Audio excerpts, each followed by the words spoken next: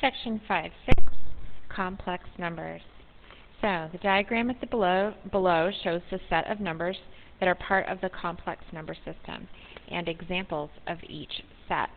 So in the past, we've mostly been dealing with these rational numbers in here, and we very rarely have dealt with a whole lot of irrational numbers at this point. A little bit, but not much. We're going to start from the inside and work our way out, and that's usually how we tackle this kind of a chart. So the natural numbers were the first numbers in the world that you ever learned about when you were way back in kindergarten, and we call those the counting numbers. Okay, the counting numbers, and that's because they do not include 0, they just start with 1, 2, 3, and then they go all the way up to infinity. Okay, so the counting numbers are your natural numbers. And then after you got really good at dealing with your counting numbers, we threw in the 0. And we call these the whole numbers. So these are the natural numbers. So the natural number subset is part of the whole number subset because the whole number subset is 0 and all of your counting numbers. Okay, so we have our set notation. Our counting numbers are whole numbers. And then you got really good at using 0 and all of your counting numbers, and we threw in the integers. The integers are the natural numbers, the whole number 0 and all of its natural numbers, and also the negatives. So the integers are the positive and negative whole numbers. No decimals here, no halves, no nothing. They're only whole numbers, positive and negative whole numbers. So that's going to look like negative ... because it goes in both directions, -2, -1, 0, 1, 2, and continuing in the other direction. So all of the positive and negative whole numbers are the integers. And then the rational numbers are the integers in between. So now we're dealing with everything including the natural whole and integers, but we're adding in all those numbers in between them. So all the numbers in between. Okay, if you can find its place on the number line, then it is a rational number. So examples might be 2.5, 3.6, -0.3. Those are just examples. So all of the numbers in between your integers, whole numbers, counting numbers. Okay, so that pretty much takes care of everything on the number line. Right? So this region and everything within it is everything on the number line.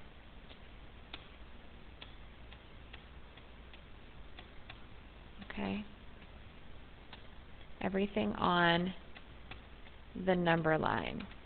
We are able to find its place and put it on the number line.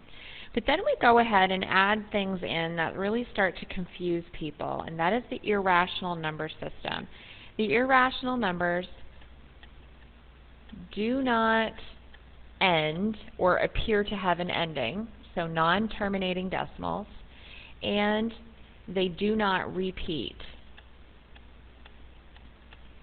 So these are the numbers that when you put them into your calculator and you hit the equal sign, you get something that might look like 1.6257, and it goes all the way to the edge of your screen, and it does not appear to be repeating, and it does not appear to have an ending. Okay? A number like the square root of 5. When you plug that into the calculator, you're going to get one of those really bizarre decimals that don't end and don't repeat, just like our friend pi. Right? It continues. Does not repeat, does not end. The real numbers are all numbers excluding the imaginary numbers. So the real number system, all numbers excluding the imaginary numbers. We do not include those in the real number system. So the real number system are numbers that we can kind of figure out, place on the number line if we have to. We could put pi sort of in between 3.14 and 3.15, and we know it's falling in there somewhere. It just keeps getting smaller and smaller and smaller and smaller, and harder and harder and harder to find that specific point. Imaginary numbers are numbers that include negatives under a radical. So the imaginary number is the square root of -1. We call that I. So imaginary numbers are numbers like 4i, or the square root of -22, okay, because this negative part relates to I, the imaginary number. It is how we define negatives under a radical. We define them by the imaginary unit. These are all of the numbers you could ever imagine in the whole wide world that we have so far discovered. And we call this entire system the complex number system. How appropriate, because it is pretty complex. The complex number system. Okay? So those are your different sets of numbers. And in this particular lesson, we're going to introduce you to what we're going to call complex numbers. So we're going to introduce you to that part of the complex number system that we do not deal with a whole lot, called the imaginary unit.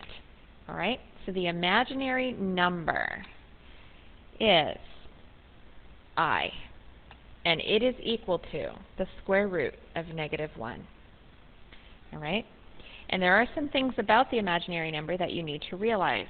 So if I took I and its equivalent, the square root of -1, and I squared it.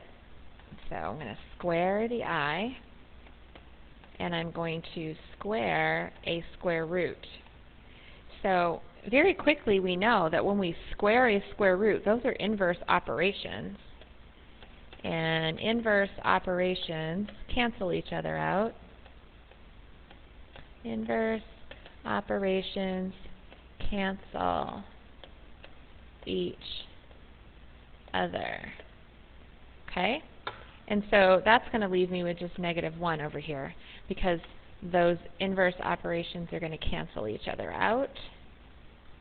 And on the left side of the equation, I squared, when I say x squared, it's going to be x squared. So if I say I'm squaring I, it's going to be I squared. And so I squared equals -1.